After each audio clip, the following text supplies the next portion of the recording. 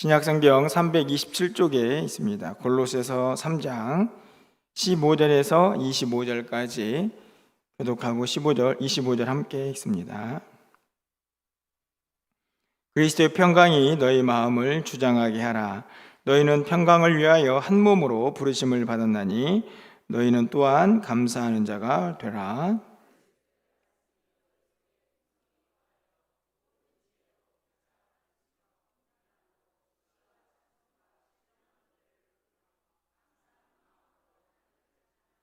또 무엇을 하든지 말에나 일에나 다 주 예수의 이름으로 하고 그를 힘입어 하나님 아버지께 감사하라.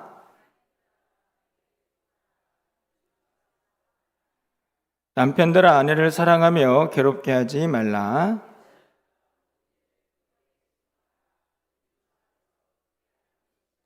아비들아 너희 자녀를 노엽게 하지 말지니 낙심할까 함이라.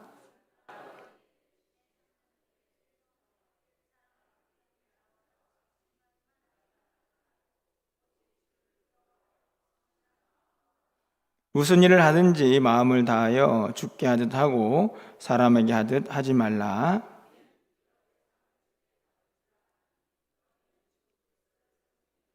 (25절입니다) 불의를 행하는 자는 불의의 보응을 받으리니 주는 사람을 외모로 취하심이 없느니라. 아멘. 오늘도 수요예배에 나오신 우리 성도님들을 환영하고 또 축복합니다. 저희들이 골로새서를 계속 이제 수요 예배 시간에 살펴보고 있는데요. 지난 시간에는 우리가 예수님 안에서 새 사람이 되었는데 그것이 비유적으로 새 옷을 입었다 이렇게 말씀을 드리면서 그 옷을 좀 잘 입고 다니자 이렇게 말씀을 드렸던 기억이 있습니다. 오늘은 계속해서 예수 그리스도를 믿는 사람들의 삶의 모습이 조금 더 구체적으로 이제 등장을 하는데요. 여러분들이 골로새서를 읽으면서 항상 머릿속에 기억해야 할 것은 다른 서신서보다 예수님에 대한 가르침과 그리고 깨달음, 영적 교훈들이 풍성하다 하는 것을 좀 염두에 두면서 골로새서를 읽었으면 좋겠다는 생각이 듭니다. 오늘 본문도 말씀을 읽었는데 우리가 크게 두 부분으로 나눠보면 15절부터 17절까지 예수님과 관련된 세 가지 단어가 등장을 하고 그리고 18절부터 25절까지 더 나아가면 4장 1절까지도 포함을 시킬 수 있겠죠. 사람들과의 관계에서 우리가 어떻게 성도다운 삶을 살 것인가 하는 내용이 기록이 되어 있습니다. 결국은 결론부터 말씀드리면 오늘도 예수님, 예수 그리스도가 그 중심에 있다는 것을 기억을 하시면서 말씀을 읽으면 좋겠다 생각이 듭니다. 자, 그럼 먼저 15절부터 17절까지 있는 예수님과 관련된 세 가지 단어를 한번 먼저 살펴보는데요. 가장 먼저는 15절에 그리스도의 평강이 등장을 하고 16절에서는 그리스도의 말씀이 등장을 하고 그리고 17절에서는 그리스도의 이름이 등장을 합니다.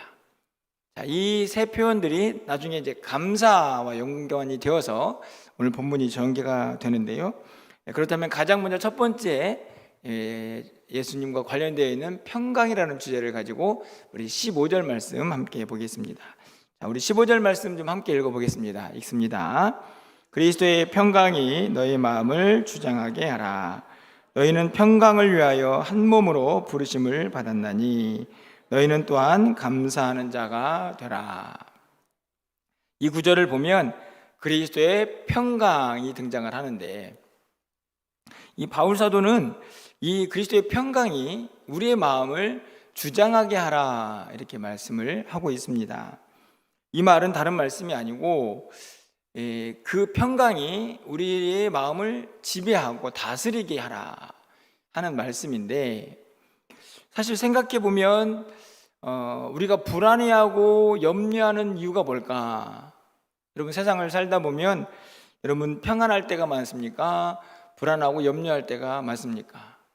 당연히 평안할 때가 많아야 하지만 항상 그렇지는 못한데 오늘 본문에 보면 평강이 예수님의 평강이 우리의 마음을 주장하게 하라고 말씀을 합니다. 그러니까 우리 스스로 평강을 위해서 애쓰는 게 아니고 주님께 다 맡겨드리면 그분의 평강이 우리의 마음을 지배하게 된다 하는 말씀인데, 생각해 보면 우리가 왜 불안하고 염려하는가?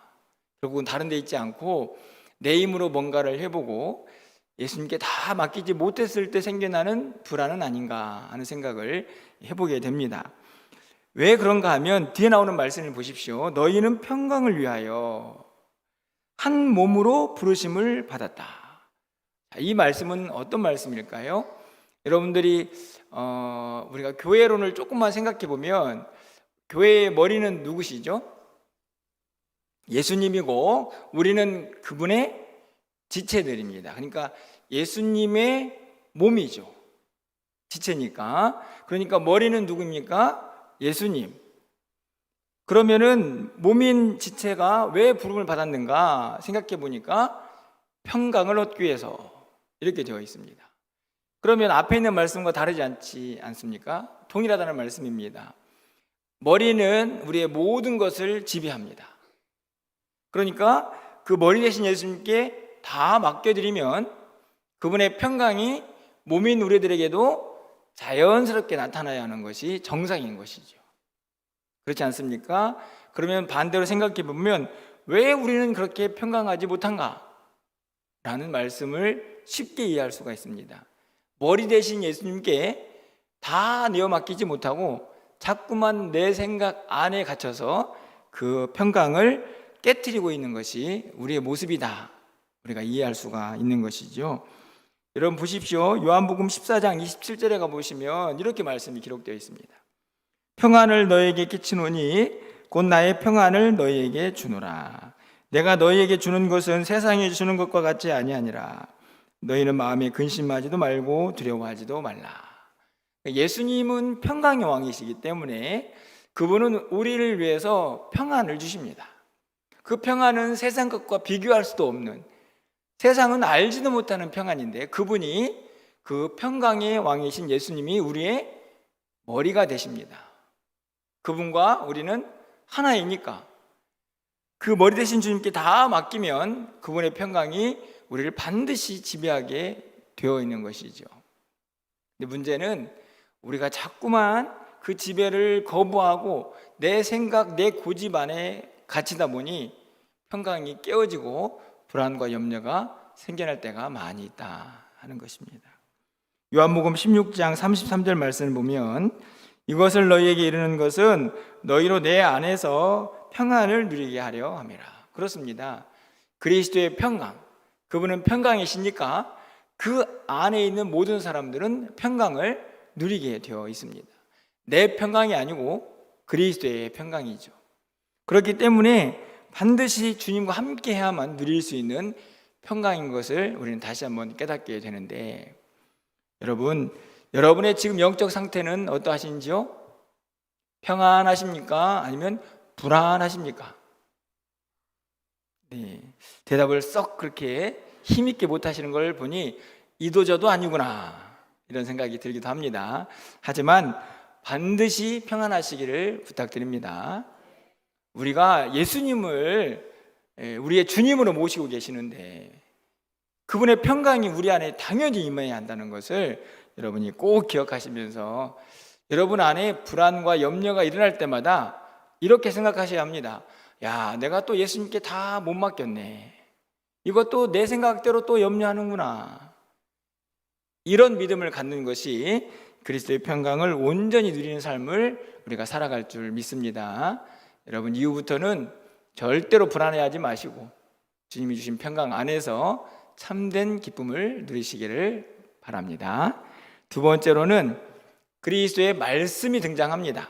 하나씩 잘 기억을 해주시길 바랍니다. 16절 말씀에 보면 그리스도의 말씀이 너희 속에 풍성히 거하여 모든 지혜와 피차 가르치며, 모든 지혜로 피차 가르치며 권면하고 시와 찬송과 신령한 노래를 부르며 감사하는 마음으로 하나님을 찬양하고. 자, 여기도 감사가 있으니까 일단 감사는 뒤로 하고, 그러면 그리스도의 말씀이 우리 안에 풍성해지면 어떻게 되느냐? 분명히 기록을 하고 있죠. 그리스도의 말씀은 다른 것이 아니고 복음이기도 하고 예수님께서 사복음서에 가르친 모든 말씀이기도 한데, 그 말씀이 우리 안에 풍성히 거하게 되면 그 말씀을 통해서 우리는 어떤 일을 행하게 됩니까? 첫 번째로는 지혜로 피차 가르치고 권면하죠.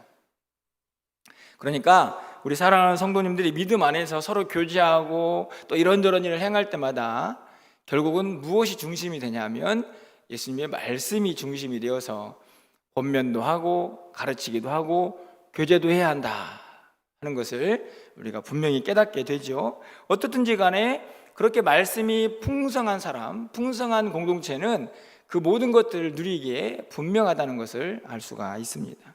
그런데 그것만 하는 게 아닙니다. 말씀을 붙잡고 뭘 할 수가 있냐면 시와 찬송과 신령한 노래를 부르죠. 그리고 하나님을 찬양합니다. 이것을 다 정리해서 한 단어로 고치면 저는 예배다 이렇게 말씀을 드리고 싶은데요. 여러분, 결국은 예배에서 드려지는 찬양, 기도, 설교 모든 것들이 다 무엇을 중심으로 이루어지느냐? 그리스도의 말씀이죠. 여러분, 찬송가 가사를 한번 보십시오. 거기 안에 보면 이 하나님의 말씀, 그리스도의 말씀이 주를 이루고 가사의 내용을 전부 다 이루고 있는 것을 보게 됩니다. 그러니까 우리가 시와 찬송과 신령한 노래를 부를 때마다 그 안에 있는 말씀을 읽고 고백하는 것과 다르지 않는 것이죠. 그래서 그리스도의 말씀이 우리 안에 풍성히 거하는 삶을 오늘 본문에서 분명히 기록을 하고 있습니다.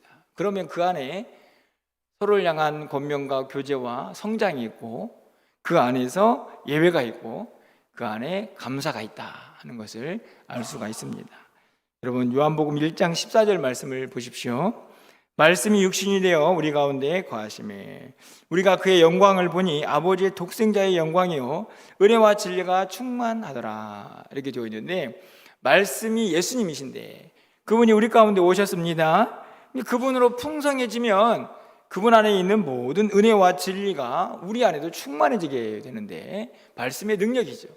그래서 오늘 16절에서는 그리스도의 말씀으로 풍성해져라 이렇게 권면을 하고 있습니다. 히브리서 4장 12절 말씀을 보면 이 말씀의 유력이 나오는데 상반절에 보니까 하나님의 말씀은 살아있고 활력이 있다.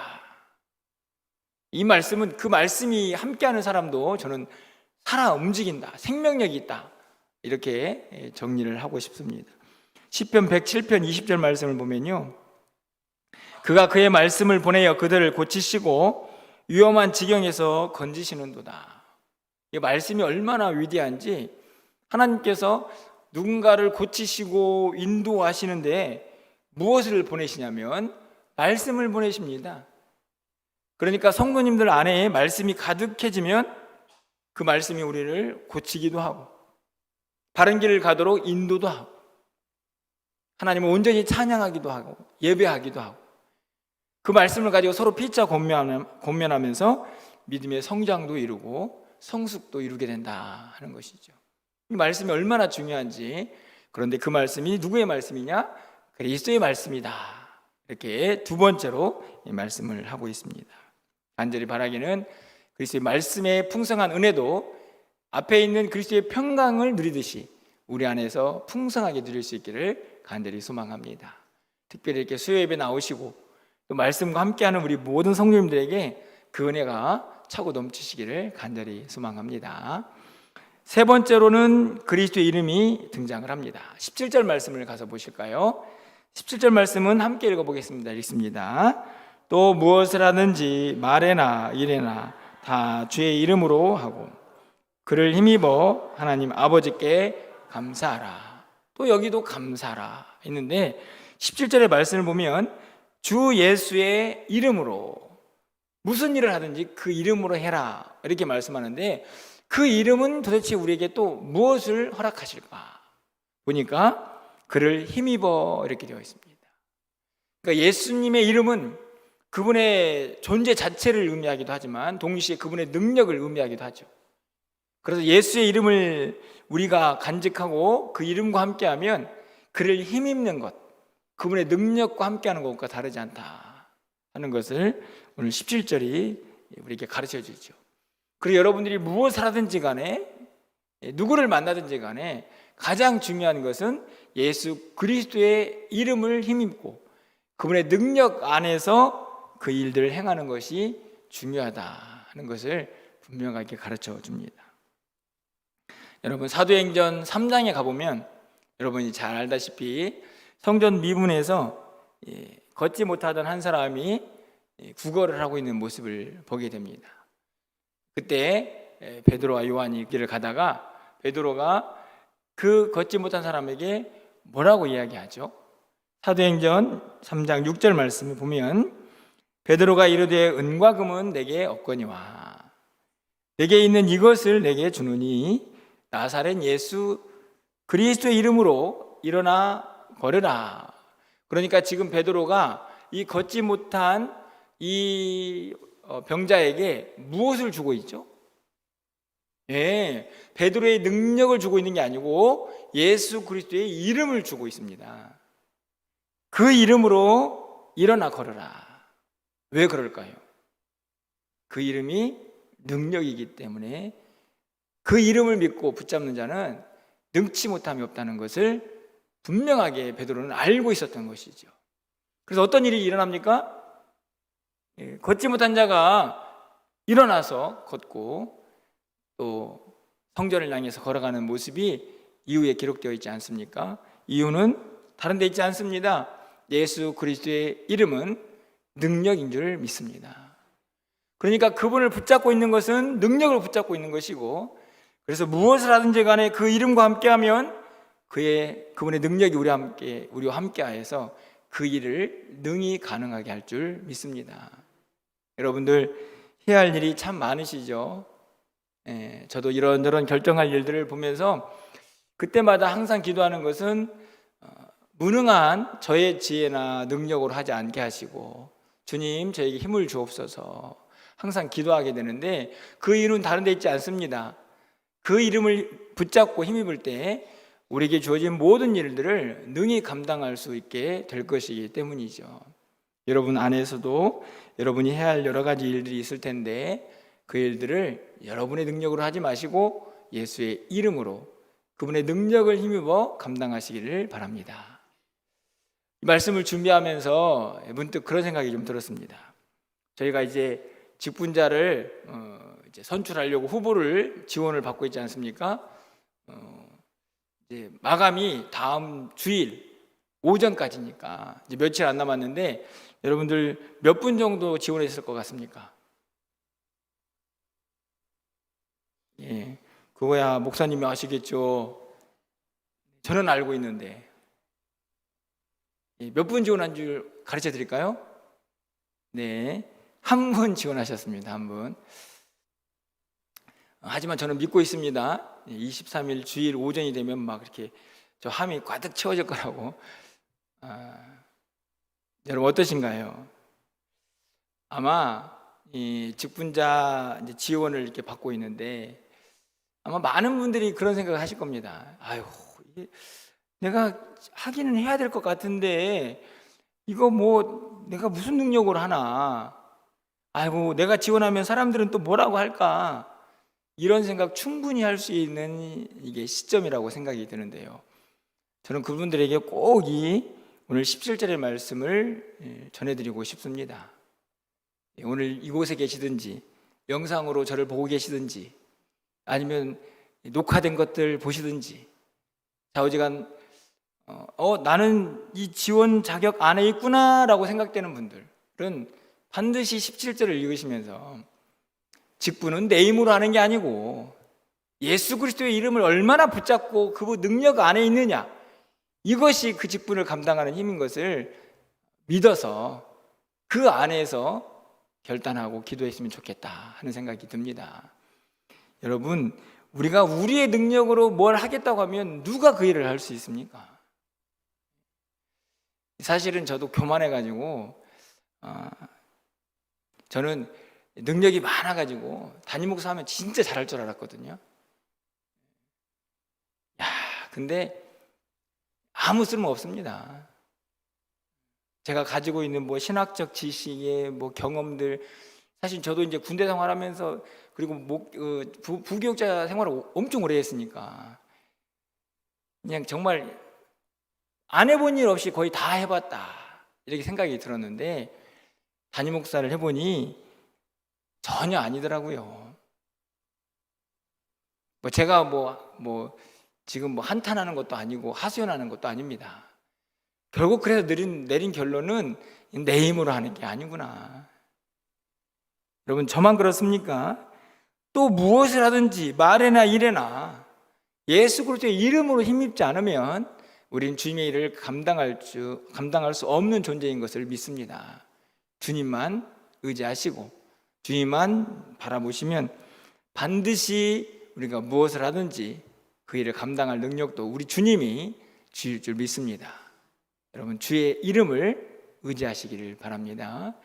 그리고 이미 직분을 받으신 분들도 정신 바짝 차리고 내 힘으로 하지 말고 내가 예수님 이름으로 내 주어진 직분을 감당하겠다 이렇게 고백하면서 주의 도우심을 구할 때에 반드시 그 직분을 감당할 능력도 부어주실 줄 믿습니다.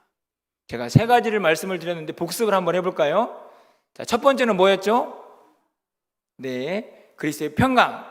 두 번째로는 그리스도의 말씀. 세 번째로는 그리스도의 이름. 자, 이 모든 것들이 그리스도와 연관이 되어 있으니까 누구를 통해서만 주어지는 것이냐? 예수님을 통해서만 주어지는 것인데, 그러니 우리는 감사할 뿐이지요. 그렇지 않습니까? 그래서 저는 15절, 16절, 17절에 우리가 마땅히 감사해야 될 이유가 다른 데 있지 않고 바로 예수님 때문이다. 그래서 오늘 15절 끝에도 감사하라, 16절 끝에도 감사하라, 17절에도 감사하라고 기록되어 있는 줄 믿습니다. 여러분, 예수님이 우리의 유일한 감사의 이유인 줄 믿습니다. 제가 이번에 군산에 우리 청년부들하고 같이 다녀왔는데요, 좀 먼 거리긴 했지만 저는 굉장히 많은 은혜를 받고 또 도전을 받았습니다. 오늘 새벽에도 제가 말씀을 드렸지만 우리 대한민국에서, 아니 어떻게 보면 전 세계에서 군산시만큼 복음화가 잘 이루어진 곳은 없는데, 그게 쉽게 된 것이 아니고 여러분, 수많은 하나님의 사람들이 땀 흘리고 피 흘리고 헌신해서 새겨진 복음의 놀라운 결과라는 것을 저는 또 한 번 경험하고 왔습니다. 지금부터 130년 전쯤에 선교사님들이 들어오셔가지고, 이제 군산은 남장로교 쪽 선교사님들이 들어오셔서 지금도 합동 측 장로교가 굉장히 많이 있다, 이런 이야기를 들었는데요. 근데 그때 나이에 오신 선교사님들이 몇 살쯤이었느냐면 다 20대 중후반, 27세 이렇게. 여러분 생각해 보십시오. 얼마나 젊은 나이에 이 어둡고 암울한 이 대한민국에 도대체 그 젊은 나이에 무엇을 위해서 왔을까? 근데 그들이 와가지고 복음을 전합니다. 여러분, 복음만 전한 게 아니죠. 가르쳤습니다. 군산에 가보니까 선교사님들이 세운 여학교, 그 당시에는 여자들은 같이 예배도 못 드리고 기역자교회 아시죠? 예, 기역자교회, 남녀가 이렇게 구분되어서 예배를 드리곤 했는데, 그것들을 깨트리고 예배는 그렇게 드렸지만 여자 학교를 세워서 여자도 배워야 한다. 이게 다 선교사님들이 한 일입니다. 음악대를 만들어서 음악도 가르치고, 의료 선교사들이 와가지고 가르치고 또 고쳐주면서, 그것만이 끝이 아니고요, 여기 이 한국에서 군산에서 공부 잘하는 사람들 외국에 보내가지고 또 의사가 되게 만듭니다. 제가 이 말씀을 드리는 이유는 뭐냐면, 제가 그 여러 가지 역사들을 보면서 딱 느낀 게 하나 있습니다. 제가 이미 알고 있는 일이지만, 대한민국은 복받은 나라다. 대한민국 깨어나는 일에 있어서요, 선교사님들이 복음이 절대적인 영향을 끼쳤습니다. 이건 어느 누구도 부인할 수 없는 사실인데, 세상의 역사학자들은 부인할 수 있을지 모르겠지만 복음적으로 보면 이 선교사님들의 헌신과 그들의 노력이 한국을 깨우쳤고 다시 새롭게 거듭나게 했거든요. 그래서 지금 이 나라가 전 이렇게 복받았다고 저는 확신합니다. 제가 군산에 가서 느낀 것은 하나님 감사합니다. 우리가 무엇이기에 우리를 택하셔서 이 조그맣고 어두운 땅에 이 선교사님들의 그 젊음을 다 불태워서 복음이 전파되게 하시고 그 그리스도의 능력으로 이렇게 풍성하고 아름다운 나라가 되었는지 놀라울 뿐이지요. 그러니 감사가 절로 나오더라고요. 여러분, 결국 군산만 그렇습니까? 우리나라만 그렇습니까? 우리의 인생도 예수님 때문에 복받은 줄 믿습니다.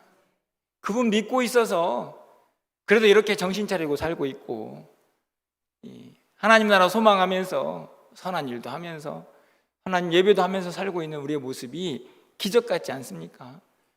감사할 따름인 거죠. 그러니 그리스도의 평강도, 그리스도의 이름도, 그리고 그리스도의 말씀도 우리에게 주어진 모든 것이 감사할 따름인 것입니다. 여러분, 감사하며 사시기를 바랍니다. 우리에게 주어진 귀한 은혜가 예수님과 복음과 함께 우리 가운데 와 있음을 항상 감사하시면서 그 능력 안에 머무는 우리 모두가 될 수 있기를 다시 한번 축원합니다. 자, 그렇다면 그 예수님의 이름도 평강도 그리고 그 말씀도 우리와 함께하고 있다면, 그렇다면 조금 더 구체적으로 그 예수님이 우리의 삶의 어느 영역까지 가야 하는지 오늘 본문이 또 한번 설명합니다. 18절 이하부터 4장 1절까지 관계를 통해서 말씀을 하고 있죠. 여러분이 잘 알다시피 앞에는 첫 번째로 남편과 아내의 관계, 그리고 부모와 자식 간의 관계, 세 번째로는 종과 상전과의 관계가 기록이 되어 있습니다. 그래서 여러분들이 주로 이제 남편과 아내와의 관계는 부부 이야기를 할 때 설교의 본문이기도 하고, 그리고 부모와 자식 간의 관계는 어버이 주일이나 또 어린이 주일 때 설교 본문이기도 합니다. 그런데 이 본문들을 다 풀어서 설명하기보다는 핵심만 딱 정리해보면 이 관계의 중심에 누가 있어야 하는지, 이것이 오늘 본문의 핵심이라고 저는 생각합니다.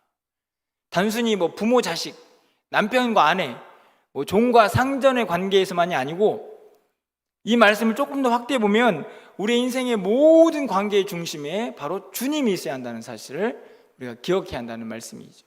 이런 본문 한번 잠깐 보시면은 18절 말씀에 주 안에서 되어 있죠. 주 안에서. 20절 말씀, 자녀와 부모와의 관계에서도 주 안에서 기쁘게 하라. 그리고 여러분 22절 말씀에 보면 종들과 상전과의 관계에서도 오직 주를 두려워하여. 4장 1절에 보면 상전들에게도 너희에게 하늘에 상전이 계신다. 이게 하나님이거든요. 그러니까 모든 관계의 중심에 주님이 있어야 한다. 이게 핵심입니다. 단순히 딱 세 명의 이 관계에서만, 이 세 관계에서만 형성되는 말씀이 아니고 모든 관계에서 그 관계의 중심에 우리 하나님이고 우리 주님이 계셔야 한다는 사실을 분명히 기억해야 한다 하는 말씀입니다. 여러분 22절 말씀을 보면은 종들아 모든 일에 육신의 상전들에게 순종하되 사람을 기쁘게 하는 것 같이 자와 같이 눈가리만 하지 말고 오직 주를 두려워하여 성실한 마음으로 하라, 이렇게 되어 있는데 여기서 똑같죠. 종들에게도 주님을 대하듯 성실하게 하고, 4장 1절에서는 상전들에게도 하늘에 상전이 있음을 알고 종들을 좀 잘 대하고. 여러분 결국에 이 구절의 핵심은 저는 23절이라고 생각합니다. 저는 23절이 단순히 종과 상전과의 관계만이 아니고 우리가 이 땅을 살아가는 모든 대인 관계 속에서 우리가 간직해야 될 믿음의 고백이 아닌가 생각이 드는데요. 우리 23절은 함께 좀 읽어보겠습니다. 23절입니다. 시작. 무슨 일을 하든지 마음을 다하여 죽게 하듯 하고. 할렐루야. 물론 이게 지금 종들과 상전과의 관계에서 포함되어 있는 말씀이기 때문에 이제 종들도 주인 없다고 막 그냥 대충대충 하지 말고 모든 일을 주께 하듯 하라, 이렇게 말씀을 하고 있는 것인데, 사실은 우리의 관계에서도 마찬가지죠. 성경은 이미 그것을 우리에게 분명히 가르쳐 줍니다. 쉽게 말하면 옆에 있는 성도님들을 대할 때, 내 지위에 있는 믿지 않는 자들을 대할 때에도 그 이웃들이 누구처럼 여겨져야 합니까? 알고 있지만 잘 안 되죠. 그렇게 말하기도 좀 쑥스럽습니다. 왜냐하면 그렇게 못 사니까. 여러분, 옆에 있는 남편과 아내가 누구라고요? 죽게 하듯 해야 되니까 마치 주님을 섬기듯, 옆에 있는 성도님들도 마치 주님을 섬기듯, 내 주변에 있는 이웃들도 마치 주님을 섬기듯 죽게 하듯 하는 거니까. 어떻게 제 해석이 틀렸습니까? 틀리지 않은 것 같은데요. 죽게 하듯 하라는 말은 주님 앞에서 하는 것처럼 하라, 주님 섬기듯 해라, 주님하고 말하듯 해라, 그런 말씀 아닙니까? 이 구절이 여기만 나와 있는 것은 아니라고 생각이 듭니다. 예수님의 가르침에도 또 다른 서신서에도 분명히 등장하는데요. 여러분, 예수님께서 이렇게 말씀하셨습니다. 마태복음 25장 40절에 천국 비유인데, 임금이 대답하여 이르시되 내가 진실로 너희에게 이르노니 내가 여기 내 형제 중에 지극히 작은 자 하나에게 한 것이 곧 누구에게 한 것이다? 내게 한 것이다. 여러분, 지극히 작은 형제 한 사람은 그냥 옆에 있는 이웃이거든요. 그런데 대단히 안타깝게도 별 볼 일 없는 사람. 그러니까 쉽게 말하면 막 위대하고 막 돈도 많고 지위도 높은 사람은 우리가 어떻게 대할 수 있습니까? 죽게 대하듯 할 수 있어요. 왜요? 대단한 사람이니까. 혹시 압니까? 잘 보이면 뭔가 좀 부스러기라도 생길지. 물론 그런 마음은 아니겠지만, 우리가 일반적으로 생각해 볼 때 나보다 좀 높고 지위가 있는 사람은 죽게 하듯 섬길 수 있다니까요. 그런데 오늘 이 마태복음 25장은 내 형제 중에 지극히 작은 자, 그러니까 별 볼 일 없어서 사람들이 다 무시하는 사람들도 누구처럼 해야 되냐면 죽게 하듯 해야 하는 것입니다. 왜요? 그 한 사람에게 한 것이 누구에게 한 것입니까? 주님께 한 것인데. 여러분, 그런데 오늘 본문에서 말씀한 것과 다르지 않습니다. 무슨 일을 하든지 누구를 대하든지 죽게 하듯 하라. 왜냐하면 그 사람에게 행한 것이 나에게 행한 것이다. 그 사람에게 물 한 잔 주면 그 물은 내가 마신 거고, 그 사람을 실족하게 하고 그 사람이 마음의 상처를 받게 하면 그건 내가 받은 거야. 이런 논리가 정리되지 않습니까? 그러면 여러분 어떻습니까? 한 사람 한 사람을 대할 때마다 우리가 얼마나 그 사람을 소중히 여겨야 하고 그 사람을 사랑해야 하는지 너무나 잘 알 수가 있죠.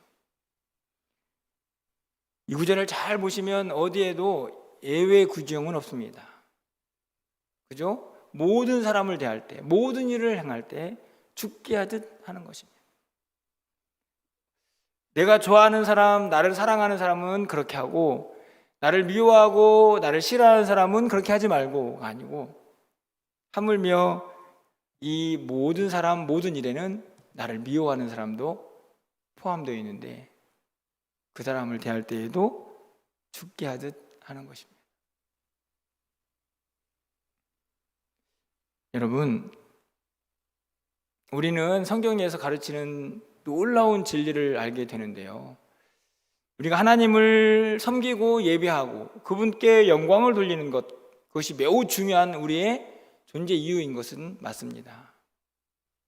그래서 우리는 하나님 앞에 직접 나아가서 하나님 앞에 예배하기도 하고 하나님을 찬양하기도 하고 그분을 높이기도 하죠. 이것은 하나님과 직접적인 관계에서 행해지는 일들입니다. 그런데 성경은 그것을 통해서만 하나님께 영광을 돌리는 게 아니고 내 이웃을 향하여 행한 일들이 그 이웃을 통해 하나님께 영광이 된다고 우리에게 가르쳐주고 있다는 것입니다. 이게 진리입니다. 그래서 죽게 하듯 하라고 말씀을 하고 계시는 것이죠. 여러분, 이 사실을 너무나 잘 가르쳐주고 있는 히브리서 말씀이 있습니다. 히브리서 3장 15절 말씀을 보면 이렇게 기록이 되어 있는데, 우리 화면을 통해서 함께 좀 읽어볼까요? 읽겠습니다. 시작. 그러므로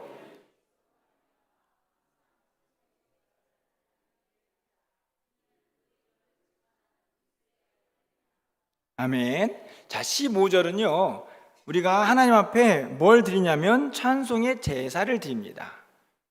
찬송의 제사. 이 찬송의 제사는 다른 말로 하면 하나님 앞에 나와 예배하는 것이라고 말할 수 있습니다. 이것은 하나님을 직접 성도들이 나와서 높이고 찬양하는 일이죠. 그런데 성경에는 이 제사 말고, 이 예배 말고 다른 예배가 있습니다. 바로 이어지는 16절 말씀, 여러분 16절 말씀을 함께 보실까요? 읽겠습니다.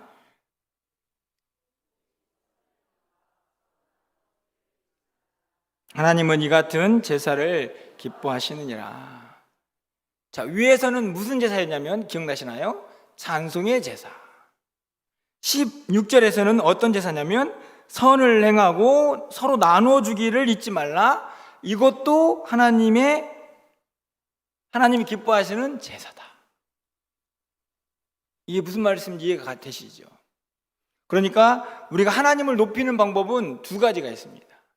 하나님을 직접 예배하는 찬송의 제사. 지금 여러분이 지금 예배를 드리고 있지 않습니까? 하나님이 기뻐하시겠죠. 또 한 가지 방법이 있습니다. 선을 행하고 서로 나눠주는 것도 하나님이 기뻐하시는 제사. 여러분, 그런데 선을 행하고 나눠주는 것은 누구에게 하는 거죠?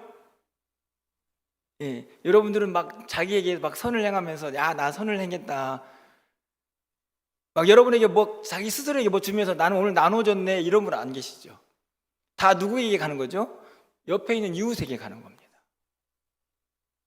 그것도 예배고 제사다.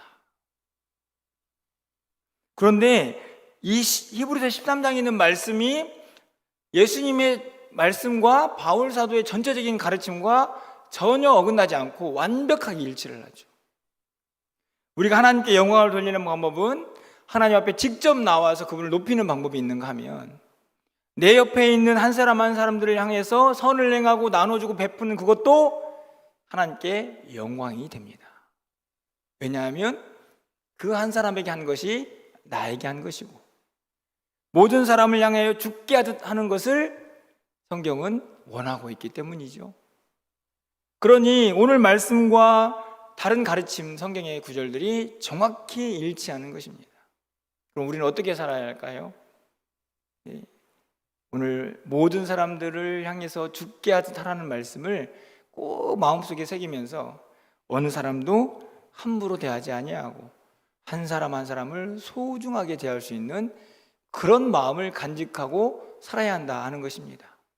그럴 때 자연스럽게 상급에 대한 이야기가 24절부터 25절까지 기록되어 있는 것이죠. 여러분 24절 말씀을 보십시오. 이는 기업의 상을 주께 받은 줄 아나니 너희는 주 그리스도를 섬기느니라. 이 말은 다른 말이 아니고 예수님을 섬긴다고 하는 사람들은 그리스도인인데, 그들은 주를 섬기듯 나에게 주어진 내 옆에 있는 사람들 죽게 하듯 하면서 섬겨나갈 때 그것이 주님의 마음을 기쁘시게 하고, 그것이 기업의 상을 주님으로부터 받게 하는 능력이 된다 하는 것을 가르쳐 줍니다. 다른 말이 아니고 말씀대로 모든 사람들을 잘 섬기면서 죽게 하듯 하는 사람에게 반드시 주님께서 그 상을 주실 것이다. 당연하죠. 예? 지극히 작은 자 하나에게 한 것이 나에게 한 것인데, 예수님께서 이 작은 자에게 냉수 한 그릇 주는 것도 그 상을 기억하시겠다고 말씀하셨는데, 그러니 당연히 주님께서 그 기업을 약속하시는 것이죠. 우리가 잘 알다시피 우리가 상 받기 위해서 일을 하는 것은 아니지만 주님은 반드시 말씀하십니다. 말씀대로 순종하며 사는 사람들에게 내 상이 반드시 임하게 될 것이다. 이 주님의 약속입니다. 여러분 15절 말씀은 25절 말씀은 당연한 것이죠. 불의를 행하는 자는 불의의 보응을 받습니다. 그렇죠. 하나님 말씀대로 사는 자는 상을 받고 말씀대로 순종하지 않는 자는 책망을 받는 것이 그게 공의 아닙니까? 그거 확인하는 것입니다. 그러니 제발 말씀 안에서 말씀대로 살아라. 그리고 우리 주님은 겉모습 보지 않고 그 중심을 보니까 아까 얘기했던 것처럼 죽게 하듯 하라는 말씀도 그냥 거칠애로 하는 게 아니라 그 중심에 주님의 사랑을 가득 담고 그 일을 행하기를 바라고 있는 것이죠. 그 사람을 주님이 기억하실 줄 믿습니다. 여러분, 오늘은 다른 거 다 잊어버리셔도 예수님 이 한 단어 너무나 잘 알고 있지만 그 이름이 우리에게 기쁨이고 능력이고 소망인 것을 꼭 기억하시기를 바랍니다. 그래서 그분 앞에서 평강도 누리시고 기쁨도 누리시고 감사도 하시면서 그 말씀의 위력도 경험하시고 그 이름의 능력도 경험하시면서 주님과 함께 동행하시는 우리의 모든 삶이 되기를 소망합니다. 그때마다 여러분 내 믿음 안에서 나만 바라보지 마시고 내 옆에 있는 형제 자매 이웃들도 다 죽게 하듯 대할 소중한 사람들인 것을 기억하시면서 그들과 함께 주님의 사랑을 나눌 때에 더 큰 은혜가 여러분 가운데 임할 줄 믿습니다. 그 믿음으로 우리가 늘 주님과 함께 동행하는 하루하루의 삶이 되시기를 주님의 이름으로 간절히 축원합니다.